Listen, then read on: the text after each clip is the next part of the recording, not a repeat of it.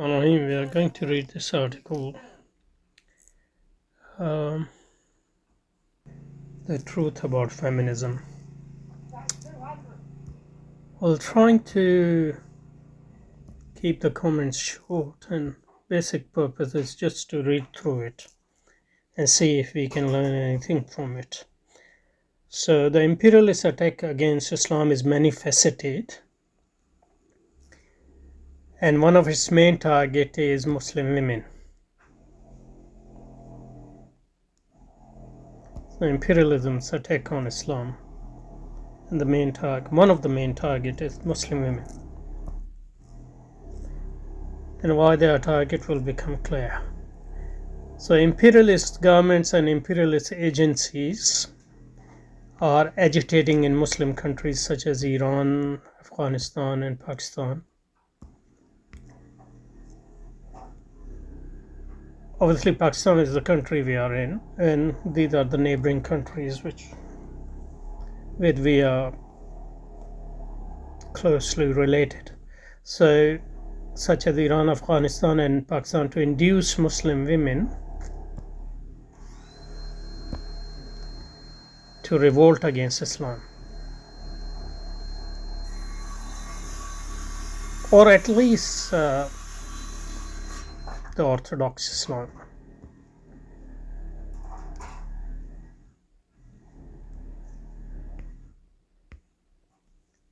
The revolt against Islam is being organized by feminist groups. The feminist attack.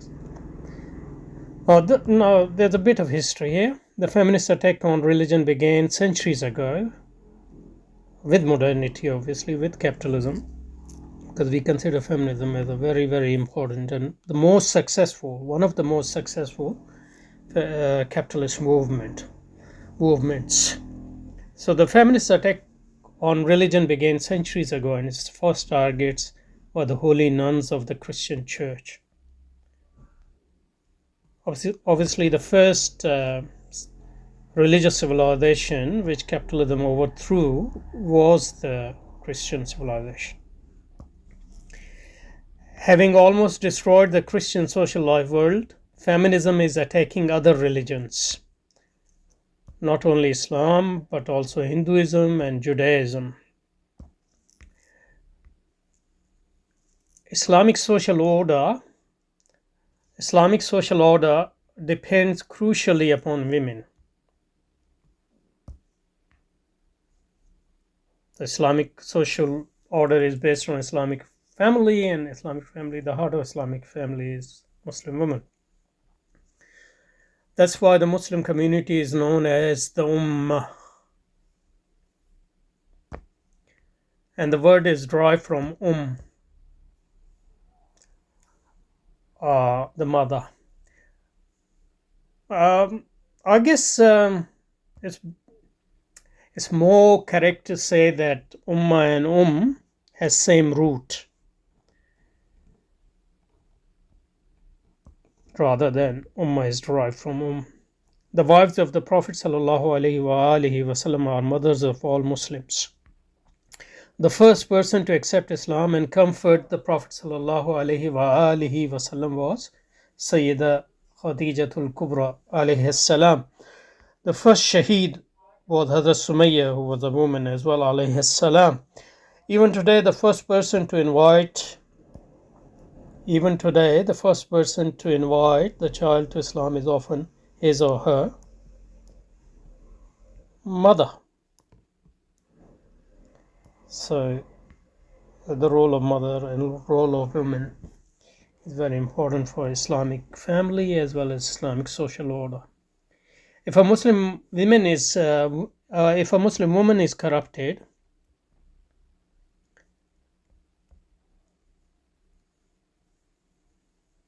if her belief system is corrupted, for example, and the purpose of feminism is to corrupt Muslim women, Islamic social order will certainly be destroyed, because Islamic social order crucially depends on Muslim women. तुम कौम की माँ हो, सोचो ज़रा औरत से हमें ये कहना है, इस्लाम तुम्हारी दौलत है, औलाद तुम्हारी गहना है. It is therefore essential for every Muslim woman to understand the threat posed by feminism. Okay, so that's the role, the relationship of feminism and how it's attacking Islam and how it's related to women, Muslim women, and what threat it poses. Okay, the feminist movement. Now, a bit of a historical background.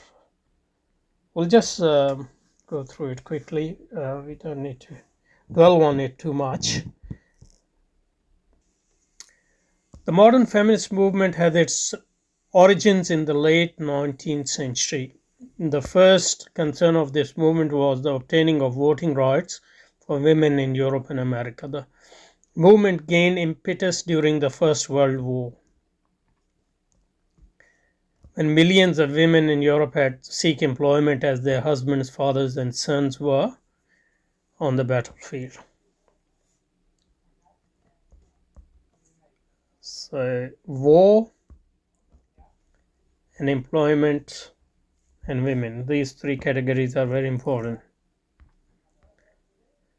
The first state to officially recognize the demands of feminist movement was the Soviet Union, where the communists came to power in 1970. So communist is one wing of the modernity. The other is liberalism. And we have liberal version of capitalism and socialist versions of capitalism. The USSR was declared a laboratory for women's emancipation by Lenin. And women were appointed in key positions within the Soviet ruling structure. The Ministry of Social Welfare instituted measures for female liberation and gender equality and the promotion of free love.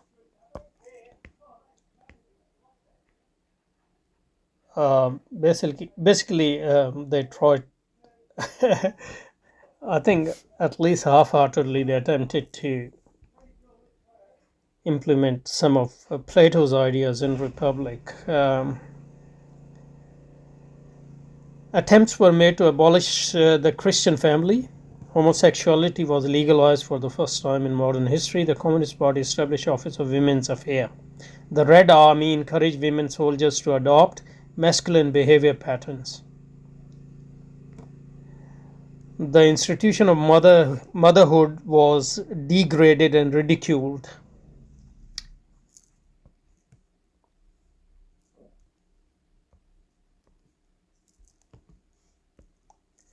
Inspired by the communist initiatives, many feminist leaders appeared in Europe and America during the interwar period, 1919 to 1945.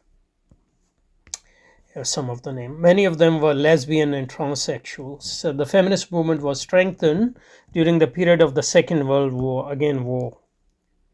So with war, the social structures are in turmoil, so capitalism and feminist movements and other capitalist social movements take advantage of that turmoil, I guess.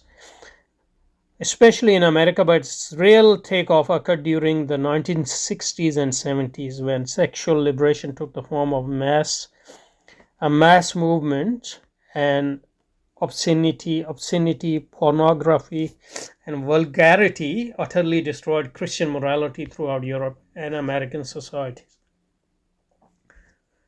So during the war, during the First World War and during the Second World War, women were increasingly employed, and the employment obviously increased their opportunities, etc., and they're mingling with the other sexes and all that. And all this led to, in 16 and 17s, to the sexual liberation movement. Having conquered Europe and America, feminism has become a willing imperialist tool. So capitalism just look at this a bit. So capitalism obviously is very closely related to imperialism.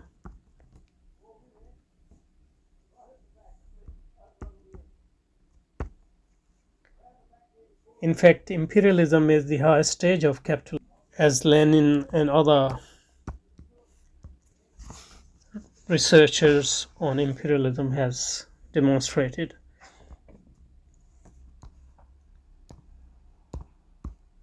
Uh, and if feminism is a capitalist movement, then obviously it's part of the arsenal of, or the toolkit of imperialism as well. And feminism might have some resistance power as far as the first world is concerned. As when it comes to the third world, feminist role has always been as a tool of imperialist strategy in the third world. So, having conquered Europe and America, feminism has become a willing imperialist tool.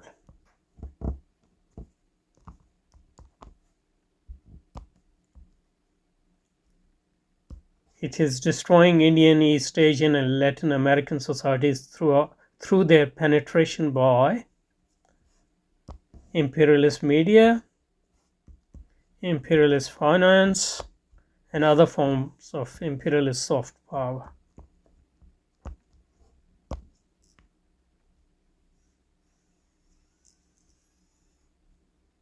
And obviously, NGOs, feminist NGOs, are very active in all these three arenas: imperialist media, imperialist finance, and other imperialist soft power. Today, only Islam has the moral authority because it hasn't compromised officially. It hasn't officially compromised with modernity and capitalism and socio-political power. And the basis of that socio-political power is family. So only Islam has the moral authority and socio-political power to confront and defeat feminism. That's why Islam is, Orthodox Islam at least, is the number one enemy of feminism. Now this part is the most important one, feminist ideology, so we'll spend more time on this. The main purpose of reading this was to try to understand feminist ideology. So feminism, what's the feminist ideology? Feminism is a capitalist. So the first thing to note is it's a capitalist movement as we understand it. Feminism is a capitalist movement. Now, generally, successful capitalist movements are Janus-faced in the sense that, so feminism is a capitalist movement.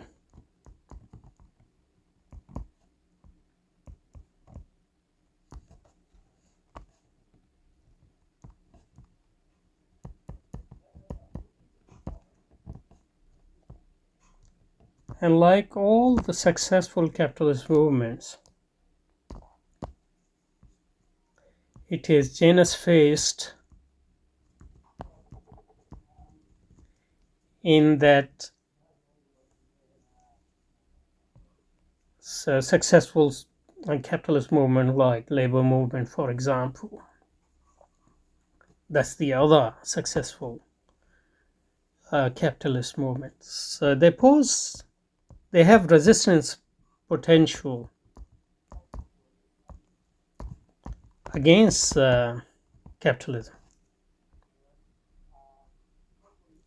So they emerge within the successful capitalist movements emerge within developed capitalist society.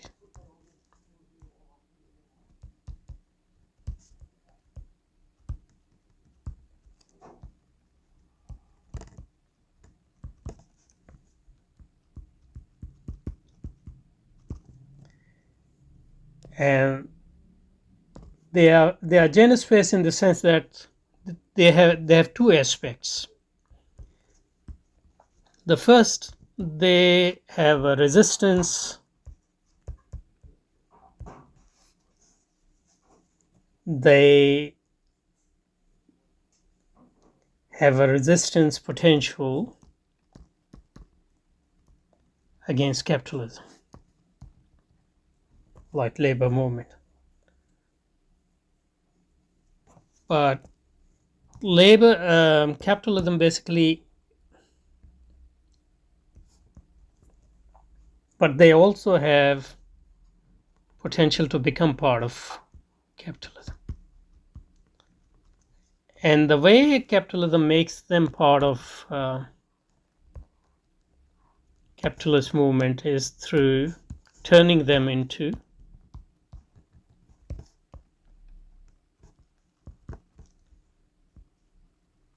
the movements of rights. So labor movements become the movement of the rights of workers within capitalism, and feminist movement become a movement of the rights of women within capitalism. And because of this, capitalism creates an opportunity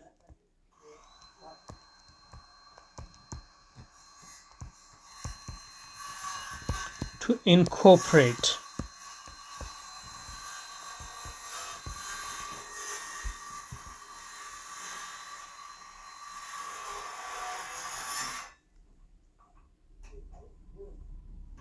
such movements within capitalism.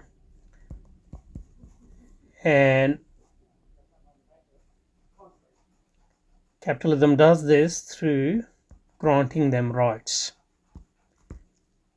And through granting, when they become the movements of rights, then their resistance potential weakens, because capitalism can always incorporate such movements by giving them rights. So labor became part of capitalist system through becoming, instead of becoming a revolutionary movement which aims to overthrow capitalism, when labor movement became a movement for the rights of the workers, the capitalists were able to incorporate labor movement into capitalism by granting them rights. And as the capitalist grants the right, capitalism grants rights to these movements. Their potential to their revolutionary potential weakens, because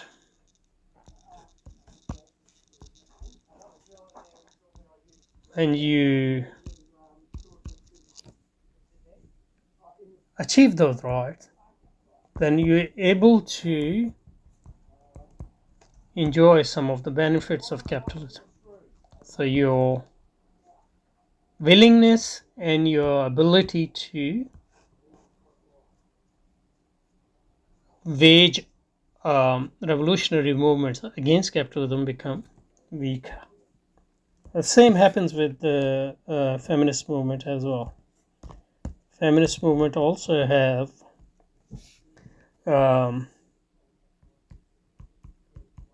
potentially a revolutionary potential if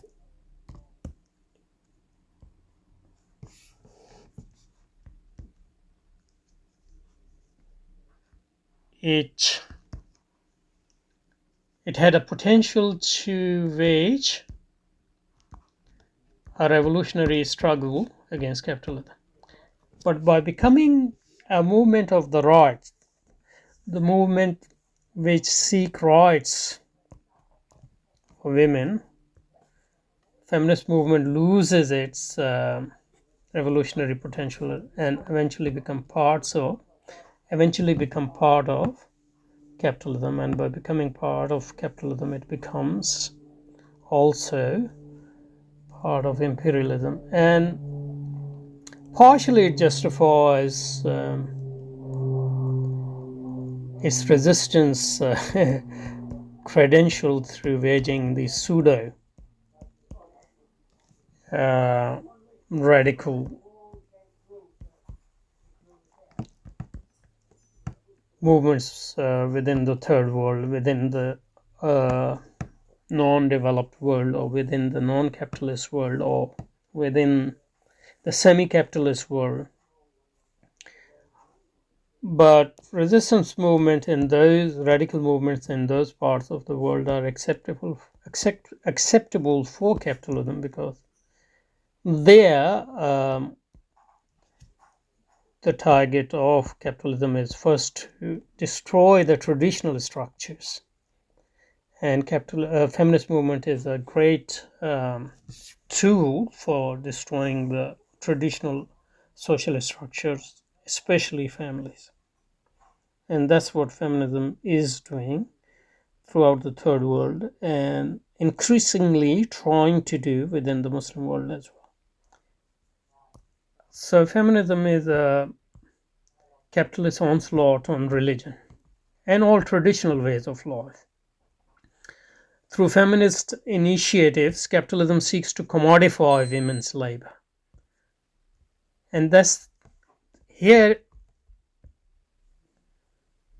we get the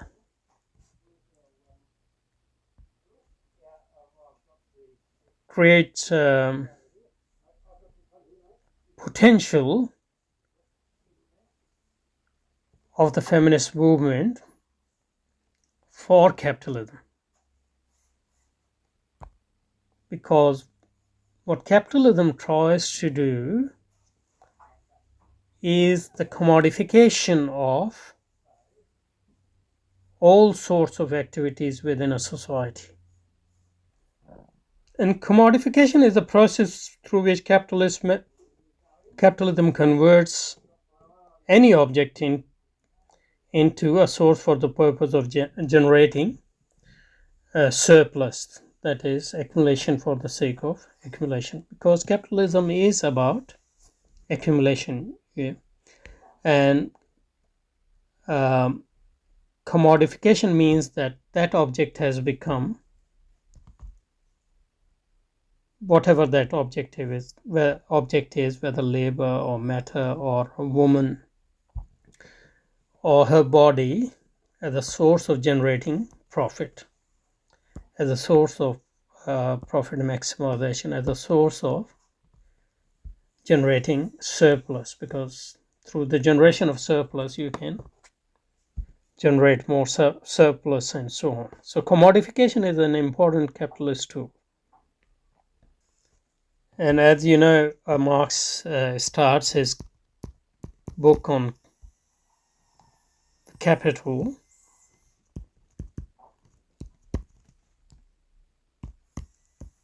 through discussion of commodities.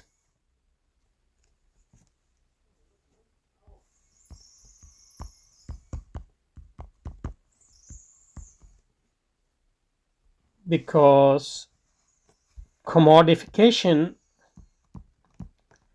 is the essential capitalist tool for turning non-capitalist processes into capitalist processes. So, for example, the process of selling and buying is a non-capitalist process, and its purpose is to exchange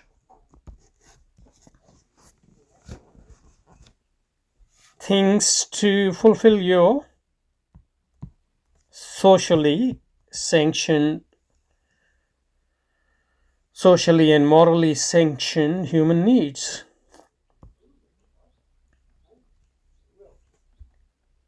Capitalism, on the other hand, turns this process into commodification, the process of commodification. So, turning this process not for fulfilling socially and morally sanctioned human needs, but for making and creating surplus or profit in order to create more surplus, or what we call accumulation for the sake of accumulation. For example, if you sell an apple so that you can buy something else, so you get money, so you can buy bread for your kids, that's not commodification, that's not capitalism. This is normal non-capitalist human exchange process.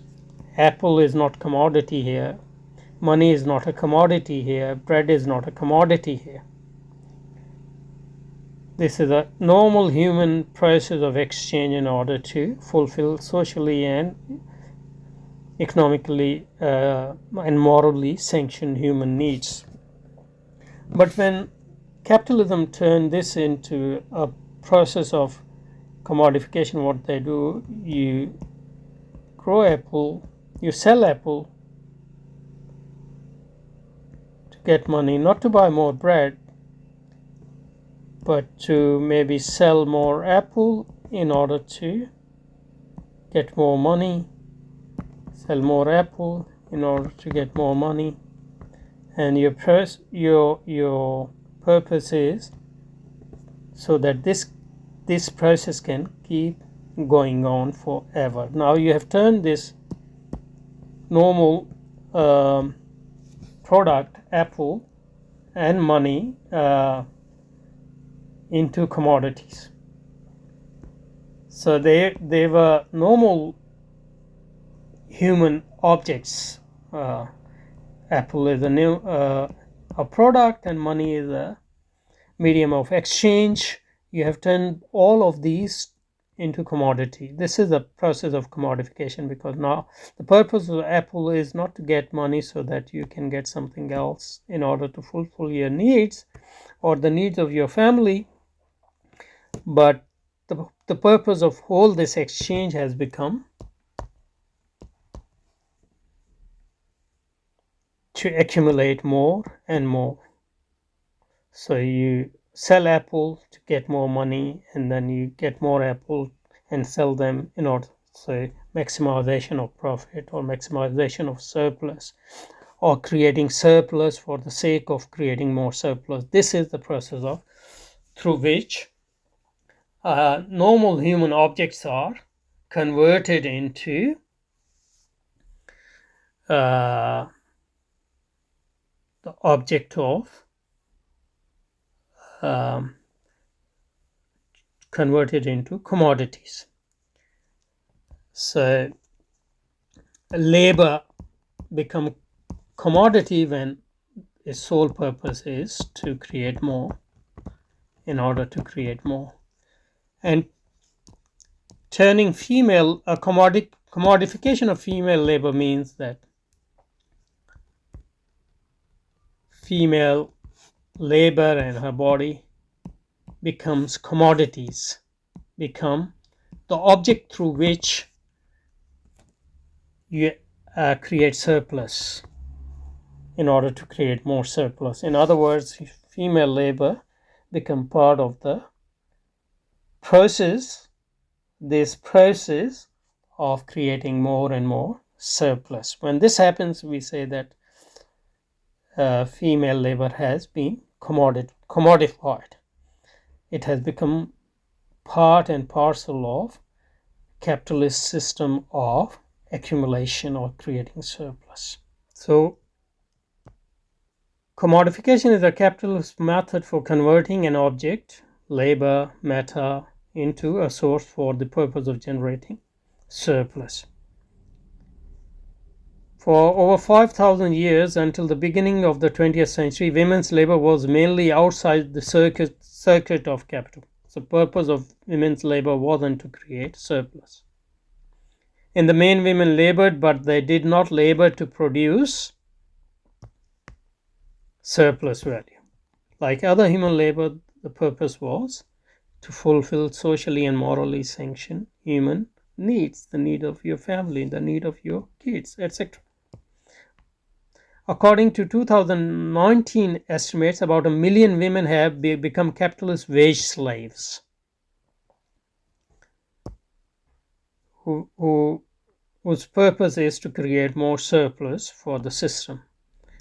Like men, in Europe, America and China, and several hundreds of millions are joining their ranks in the offices, sweatshops, and factories of India, Southeast Asia, Latin America, and Africa. These women who were never part of the capitalist circuit of accumulation are becoming part and parcel of capitalist circuit of accumulation. And capitalism does this through providing them the rights, the economic rights, by creating capitalist employment for female labor. So capitalism has benefited enormously from the commodification of female labor. In many ways, female labor is cheaper than male labor. Also, when you include female into the labor force, the wages goes down. So you had previously you were able to so before, capitalism has benefited enormously from female labor and female employment, and there are two main, at least at the start, female labor is cheaper than male labor. By reducing the wages, you can increase your profit. And the second and more important thing is, by including, so before female enter into the workforce, you had, for example, 50 workers. Now you have 100.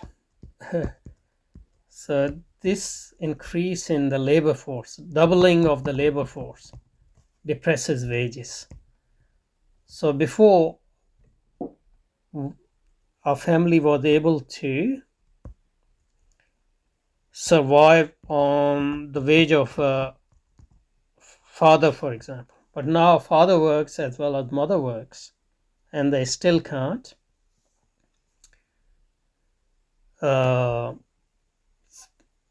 still many families struggle, despite the fact that the whole family unit, most of their time is spent within the circuit of capitalism, making money for capitalists.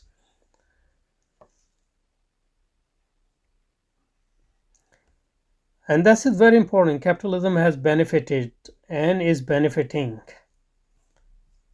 enormously from the commodification of female labor and promotion of capitalist employment.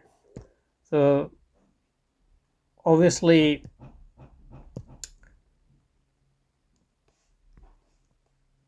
feminist movement doesn't, or most feminists ignore these aspects. Capitalism has benefited enormously from the commodification of female labor and promotion of capitalist employment. And its intensification remains a prime objective of the feminist movement, because the feminist movement is a capitalist movement. The movement of rights within capitalist framework. So women's bodies, obviously women's bodies are also being commodified. So as against men, women, it's not that their labor, but their bodies are sold as well. not just the bodies, but the images of the bodies. So female bodies are prime resource for becoming entertainment industry. And as capitalism develops, entertainment industry becomes very important for creating more and more desires, for sustaining demand and all those things, by appealing to our dark nature. So entertainment industry obviously relies on women and their body and uh, the image of their bodies. So entertainment industry and the essential pivot of all encompassing advertisements, advertisement and marketing industries are essential for creating demand. And both these industries rely heavily on women and their exploitation of women and their bodies. $1 trillion are being made by ongoing sales and purchases of female body and images. This is female emancipation. Emancipation from God for the sake of capitalism. Emancipation from their family for the sake of capitalism. So every emancipation corresponds to corresponding enslavement. So you are emancipated from God, you are emancipated from traditional family, but you become slave of capitalism. This is female emancipation. Women's bodies have become capitalist property in the Lockean terms, because Locke justified capitalist property on the basis that we own our own bodies. A key slogan of the global feminist movement, echoed in the movement's Women's March in Pakistan in 2022, is "Our bodies, our choice." And this is kufr, that is, this is the denial of Islam. This is the rejection of Islam because it explicitly proclaims human divinity. Because you claim that you are masters of your own body.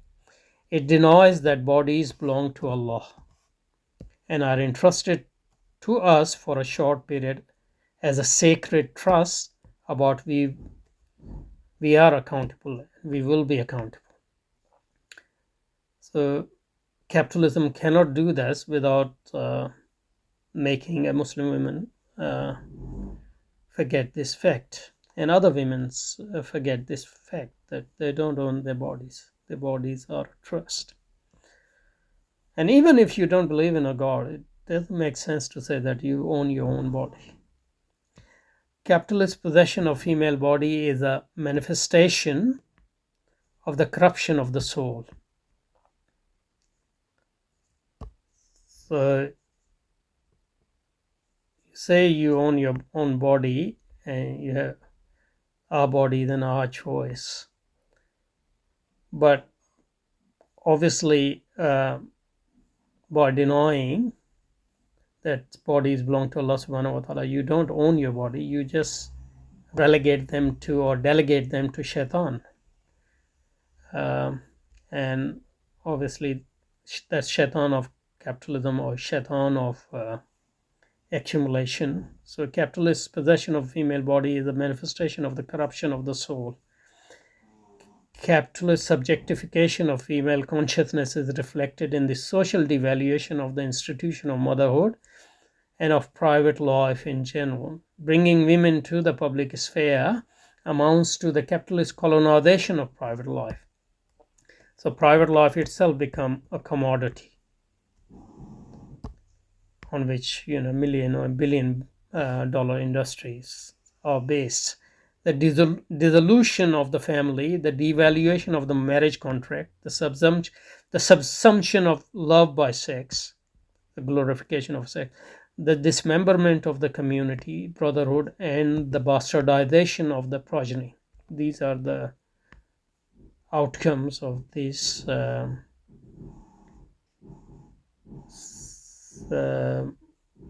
subjectification of the women bodies and colonization of the private life and dissolution of the institution of family. Okay, this is basically feminist movement. So, an Islamic revolutionary, that is our duty to fight against the evil of feminism. In Pakistan, the most effective Islamic response has been that of Dr. Farhad Hashmi's movement of Al Huda, which has been active in the struggle for several decades. It promotes Islamic culture and life practices in accordance with the teachings of Sharia. Its message is especially targeted to address the concerns of Western educated girls belonging to the elite, a cohort most vulnerable to imperialist feminist exposure and propaganda. Through a well-planned and effectively coordinated educational and training programs, Al-Huda has succeeded in changing the lives of many of our sisters and in frustrating feminist imperialist design. The women's wings of Jamaat Islami and the women associates of the Tablighi Jamaat are also doing valuable work among middle income groups. But a serious gap in the work is lack of focus on poor. And I think this is the general problem of the Islamic work in general. Women in villages and city slums where imperialist funded NGOs are continually trying to organize and corrupt our less well off and less educated sisters by enslaving them within the circuit of capital. So we need to do something. Create independence, economic support system for these sisters. It is urgently necessary that an Islamic social and political movement seriously address this challenge through a well-crafted national strategy. Anjum Khadija. Okay, I think that's it, and hopefully we learned a few things from